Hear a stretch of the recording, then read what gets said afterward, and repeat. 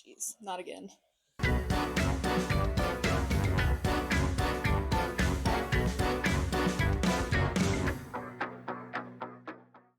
Hello. If you don't know me already, my name is Shay. I am a late diagnosed autistic and ADHD adult, and I have created this channel so that I can better understand my neurodivergence and so that hopefully I can help others in the process of understanding their neurodivergence or the neurodivergence of their children, friends, family, loved ones, etc. I'm gonna be entirely honest. I'm not feeling so good today. I have had what I can only describe as like the longest shutdown of my life. I don't know if it's burnout. I am new to my diagnosis, and so I'm really just learning about all of this along with you. But I have just had very low energy, very low motivation, just been kind of on the edge of my limit of tolerance for a lot of things, for sensory things, for certain topics of conversation, and so on and so on. But I thought I'd show up because I want to be consistent here. I want to show up for you, and I want to show up real, and I want to share what it's really like to have autism and ADHD.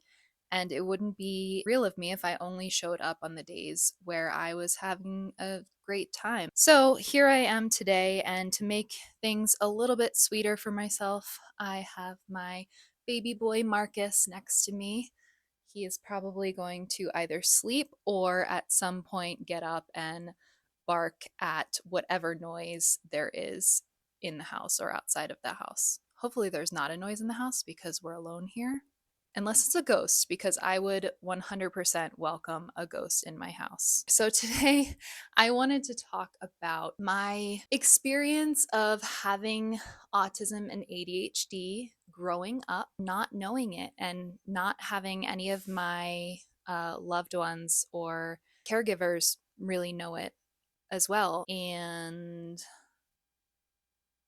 why were they hidden this whole time? I want to start today by first talking about why I believe that my autism and my ADHD went undiagnosed. Beside the obvious reason that it wasn't until I believe 2016, very late, maybe 2014, I'll have to fact check that. But it wasn't until very recently that you even could be diagnosed with both autism and ADHD. It was either autism or ADHD. And at the time when I was growing up, in the late 90s, early 2000s, autism and ADHD, they both weren't diagnosed quite as much as they are now because we have better understandings of what these neurodevelopmental conditions are. Those are the obvious reasons why I wasn't diagnosed, but I think another part of it is one, there are opposing traits to both autism and ADHD. And when you have both, this is my understanding of it, when you have both autism and ADHD, you're still having the same traits, but it can go unnoticed. It's not as obvious.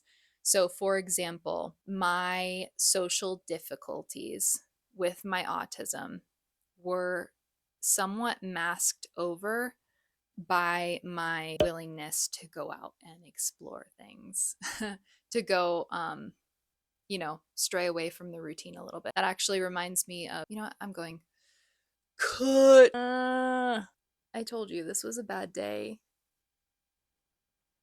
It's just a bad day. I just want to say that this is the reality of me making a YouTube channel. It's not easy for me.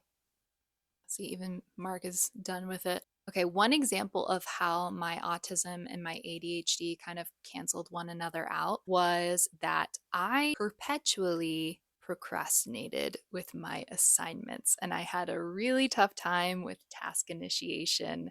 And even knowing that it was going to come back and bite me in the butt for not completing an assignment until like the final hour, I would always put it off. But I wasn't someone who ever turned in assignments late or not at all because I believe of my autistic need for things to be in order and my need for things to be the way that they should be. But I really made it hard on myself, made it like so hard on myself because I didn't have the right systems and strategies in place to actually be successful in a way that was good on my brain. So outwardly, I looked great. I was getting my assignments in, I was getting A's, I was a star student because I always followed the rules. But I had a really, really tough time handing in assignments, completing assignments, getting the right kind of focus to actually do something. All this stuff was just very, very hard for me, but nobody really saw that struggle. The other reason why I believe that my autism and my ADHD went unnoticed is because of masking.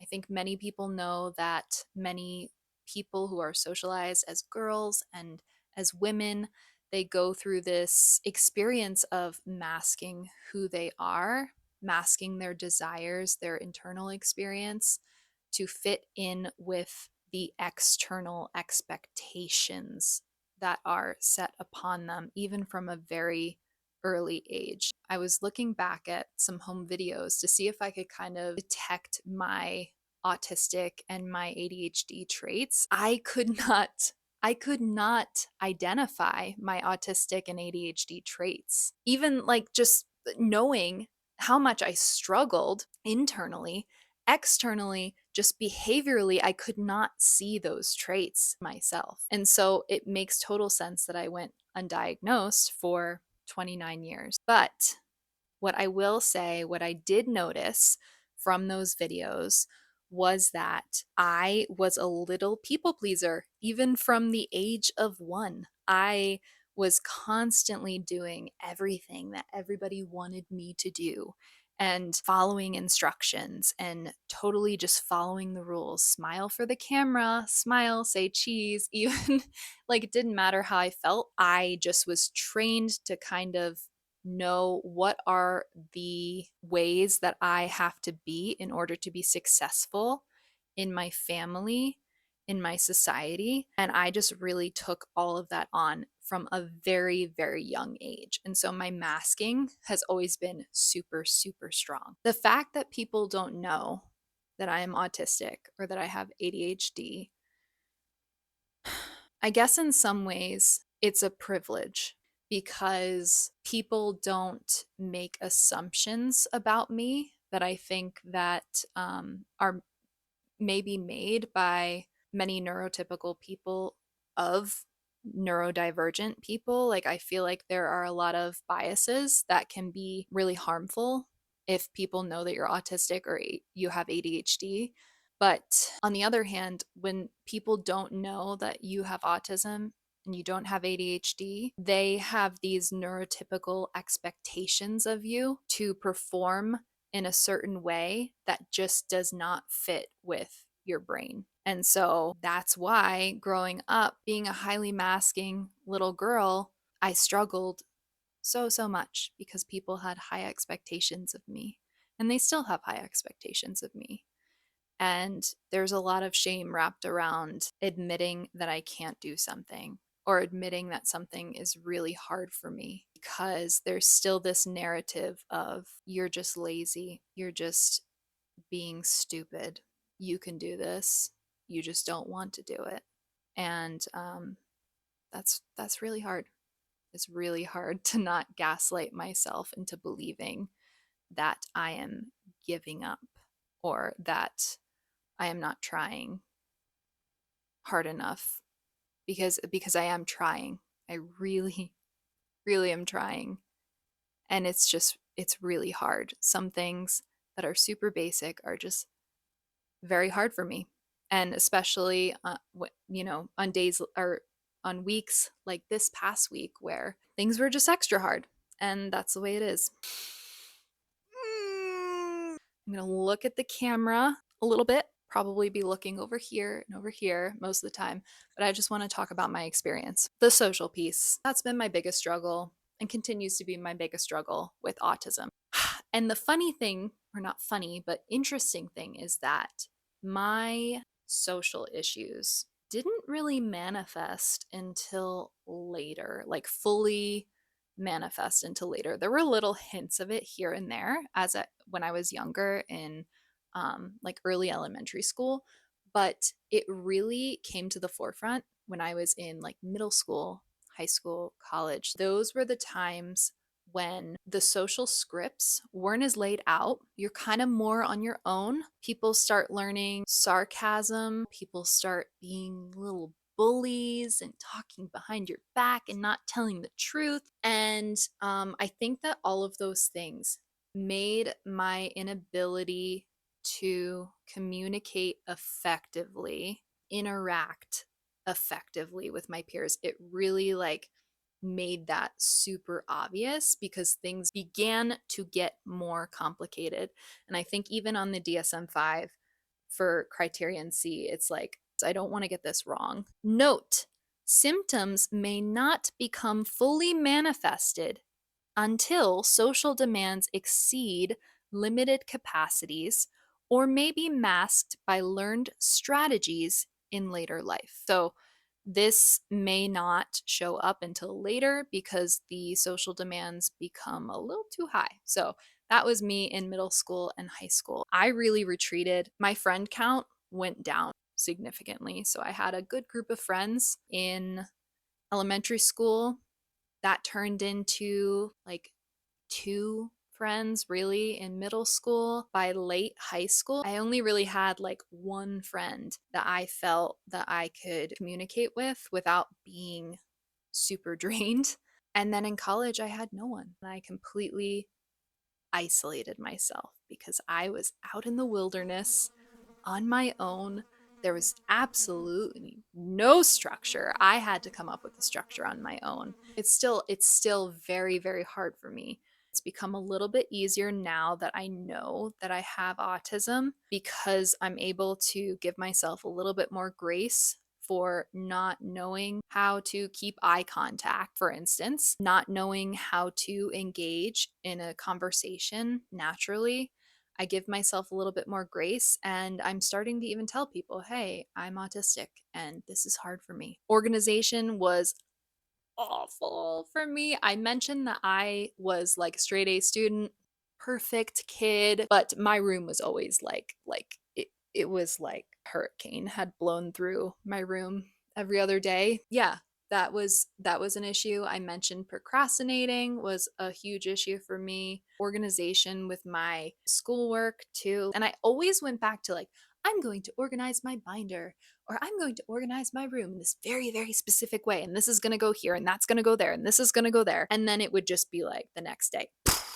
And then I'd be like inner turmoil. And I remember actually the day before my senior year of high school, I had not read my summer reading book, which was Crime and Punishment. So it's not a book that you want to like put off till the night before. So I was already in a lot of inner turmoil over that. And my room was a mess. And my mom was like, oh, why is your room a mess again? And I flipped my lid. Do you think that I want my room to be this messy? Do you think I like this life that I've chosen for myself? And my mom and my aunt actually did such a beautiful thing for me that I still like cherish to this day. They went into my room and they organized it. They cleaned it up for me so that I could have a clean headspace on my first day of my senior year, even though I still had not read Crime and Punishment. So like once I got into high school, I kind of went into the territory of, yeah, I'm actually not going to complete my work.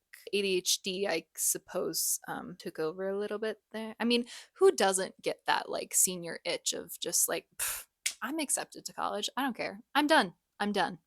Like, not gonna read. What's his name? What's his name, Marcus? Who wrote Crime and Punishment? Okay, I'm getting into a weird mood, so I think I have to wrap this up. I'm sure I missed like a billion things, but to get what you get from me today, which is not very much, wrap it up. I just want to end this video with this key takeaway.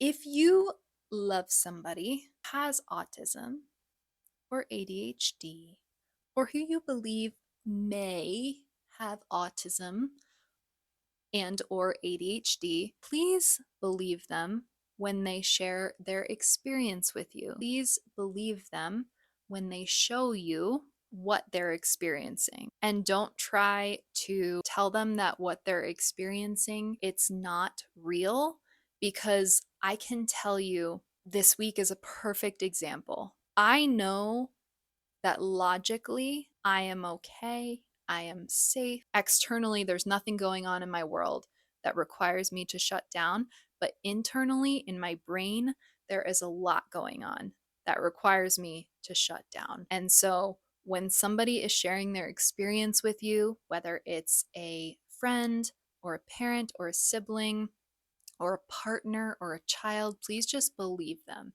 Believe them when they tell you, and believe them when they show you that they are struggling with something.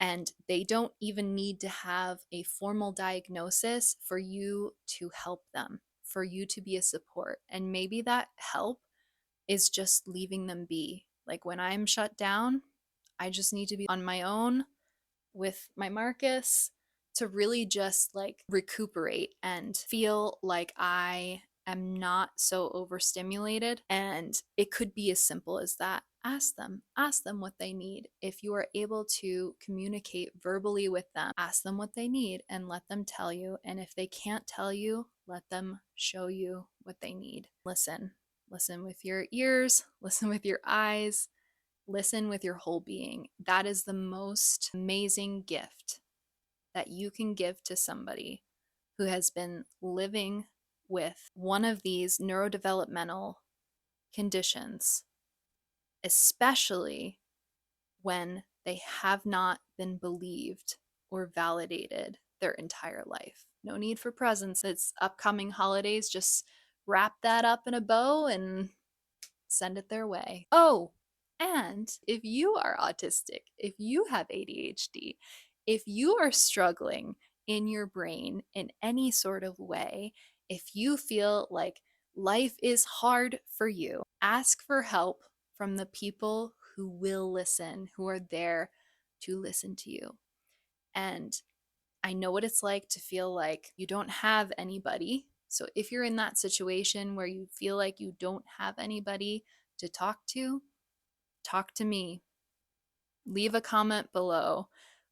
Talk to the other people in this community and the various communities of autistic and ADHD adults who are really banding together to uplift and support one another to live their best, most fulfilled lives. They're out there. They're out there. Like, check it out.